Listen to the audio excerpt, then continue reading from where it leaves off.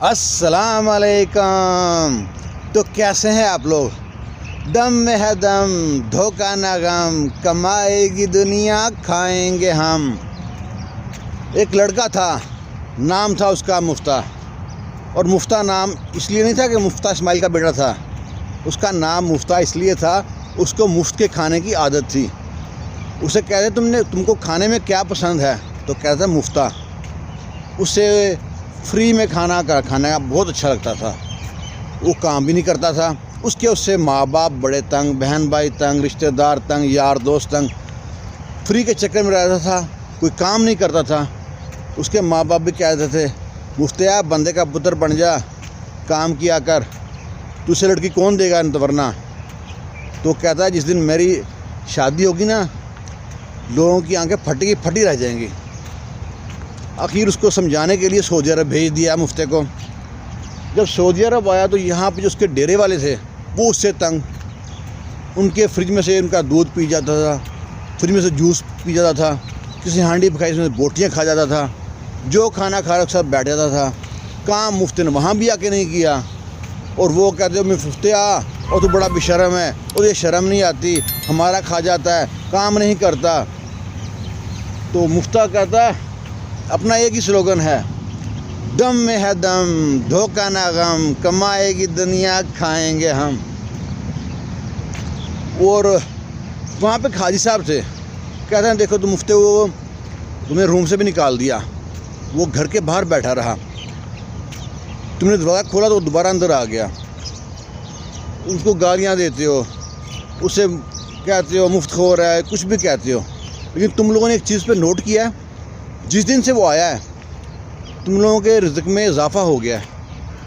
مفتیٰ تمہارا نہیں کھاتا، اپنی قسمت کا کھاتا ہے۔ وہ کہتے ہیں حاجی صاحب کیا بات کرتے ہو؟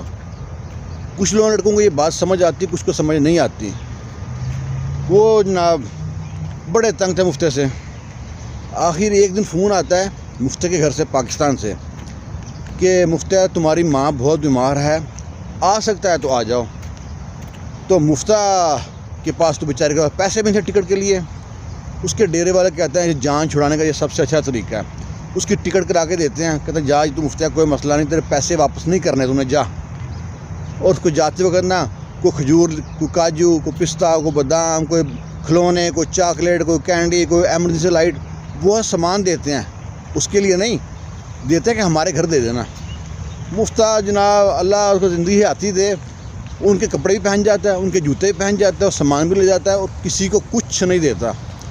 ان کو پھر یہاں سے فون پہ گالیاں بڑھتی ہیں مفتیٰ کے پاکستان پہنچنے کے بعد کہ ہمارا سامان کیوں نہیں پہنچایا۔ مفتیٰ جناب کوئی جواب نہیں۔ اور کچھ دن بعد پتہ لگتا ہے کہ مفتیٰ کی شادی ہو رہی ہے، وہ بھی امریکن ریٹرن لڑکی سے۔ ان لوگوں کے ہیں اور مفتیٰ کو لڑکی کون دے گا، وہ بھی امریکن ریٹرن لڑکی۔ اب لڑکی میں فالٹ کیا تھا؟ لڑکی تھوڑی توتلی تھی، تت بات کرتی تھی، تھوڑی موٹی تھی بس ہاتھی جتنی، تھوڑی کالی تھی بس بھینس جتنی۔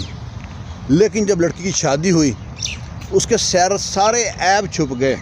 جب لڑکی کا جہیز آیا نا، ٹرک کے ٹرک بھر کے، عورتوں کے منہ پہ ایسے ہاتھ رہ گئے، ہاں تم نے اس کو دیکھا جہیز کتنا تھا، وہ بھی تھا، وہ بھی تھا، وہ بھی تھا۔ کسی کے ذہن میں یہ نہیں آیا کہ لڑکی کالی تھی، لڑکی موٹی تھی، لڑکی بدی تھی، لڑکی توتلی تھی۔ پیسہ سوچ بدل دیتا ہے، خیالات بدل دیتا ہے۔ تو مفتیٰ جناب امریکہ چلا گیا، اور امریکہ میں بہترین سیٹ ہے، مزے کی زندگی گزار رہا ہے۔ اس نے وہ سلوگن نہیں چھوڑا اپنا کہ دم میں ہے دم، دھوکہ نہ غم، کمائے گی دنیا کھائیں گے ہم۔ کسی کی قسمت سے جلنا نہیں چاہیے، ہر بندہ اپنی قسمت ساتھ لے کے آتا ہے۔ کسی کے مطلب ہے کسی کا کھاتا نہیں ہے کوئی بندہ۔ اکثر گھروں میں ہوتا ہے کوئی بیچارہ گھر میں سائیں لوگ یا درویش بندہ ہوتا ہے، اسے تانے ملتے رہتے ہیں۔ تو تانے دینے سے بہتر ہے شکر ادا کریں کہ آپ کسی کو کھلانے والے ہیں۔ اور اگر آپ کو کہانی اچھی لگے اس کو لائک بھی کر دیں، شیئر بھی کر دیں، کمنٹس بھی کر دیں، ٹھیک ہے نا؟ دعاؤں میں یاد رکھنا۔ اللہ حافظ۔